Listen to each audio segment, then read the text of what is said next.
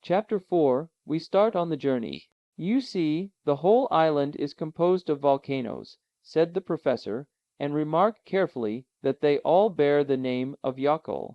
The word is Icelandic, and means a glacier.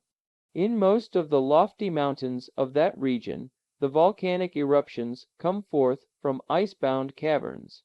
Hence the name applied to every volcano on this extraordinary island.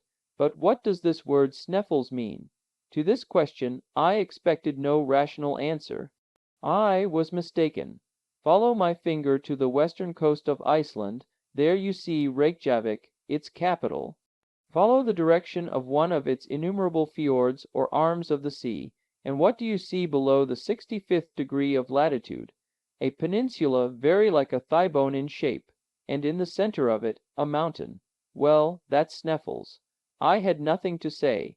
That is Sneffels, a mountain about 5,000 feet in height, one of the most remarkable in the whole island, and certainly doomed to be the most celebrated in the world, for through its crater we shall reach the center of the earth. Impossible, cried I, startled and shocked at the thought. Why impossible?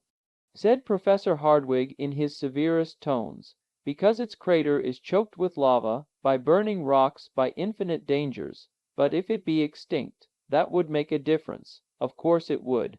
There are about 300 volcanoes on the whole surface of the globe, but the greater number are extinct. Of these Sneffels is one.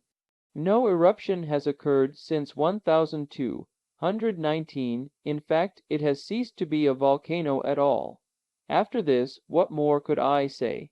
Yes, I thought of another objection. But what is all this about Scartaris and the kalends of July? My uncle reflected deeply. Presently he gave forth the result of his reflections in a sententious tone. What appears obscure to you, to me is light. This very phrase shows how particular Saknussemm is in his directions. The Sneffels mountain has many craters. He is careful, therefore, to point the exact one, which is the highway into the interior of the earth.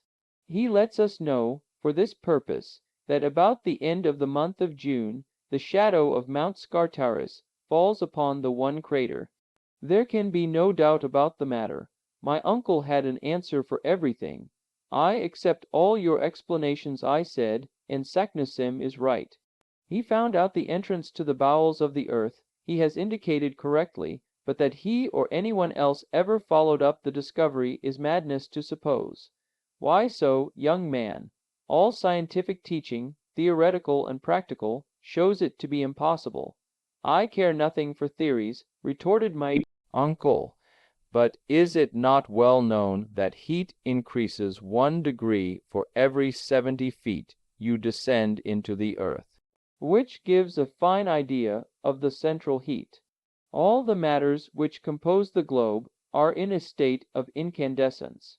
Even gold, platinum, and the hardest rocks are in a state of fusion. What would become of us? Don't be alarmed at the heat, my boy. How so? Neither you nor anybody else know anything about the real state of the earth's interior. All modern experiments tend to explode the older theories.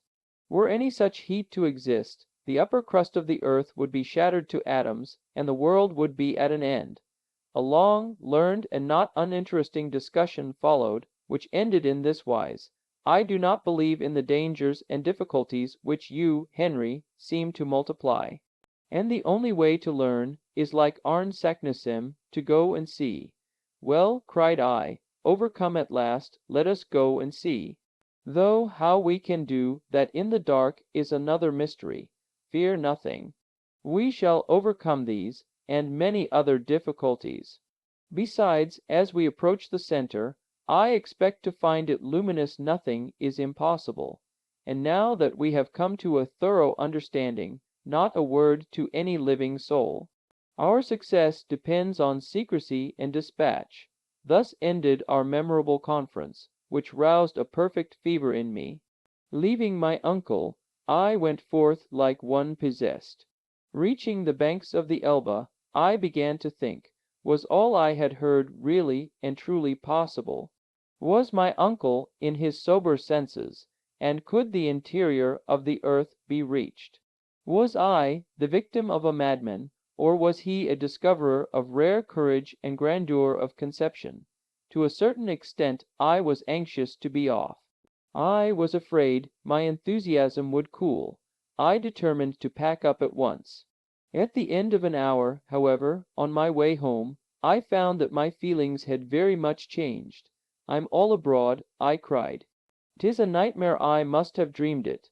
At this moment I came face to face with Gretchen, whom I warmly embraced. "So you have come to meet me," she said. "How good of you, but what is the matter?" Well, it was no use mincing the matter. I told her all. She listened with awe, and for some minutes she could not speak. "Well," I at last said, rather anxiously, "what a magnificent journey, if I were only a man! A journey worthy of the nephew of Professor Hardwigg. I should look upon it as an honor to accompany him. My dear Gretchen, I thought you would be the first to cry out against this mad enterprise. No. On the contrary, I glory in it. It is magnificent, splendid, an idea worthy of my father. Henry Lawson, I envy you." This was, as it were, conclusive. The final blow of all. When we entered the house, we found my uncle surrounded by workmen and porters, who were packing up. He was pulling and hauling at a bell. "Where have you been wasting your time? Your portmanteau is not packed, my papers are not in order, the precious tailor has not brought my clothes, nor my gaiters, the key of my carpet-bag is gone." I looked at him stupefied, and still he tugged away at the bell. "We are really off, then?"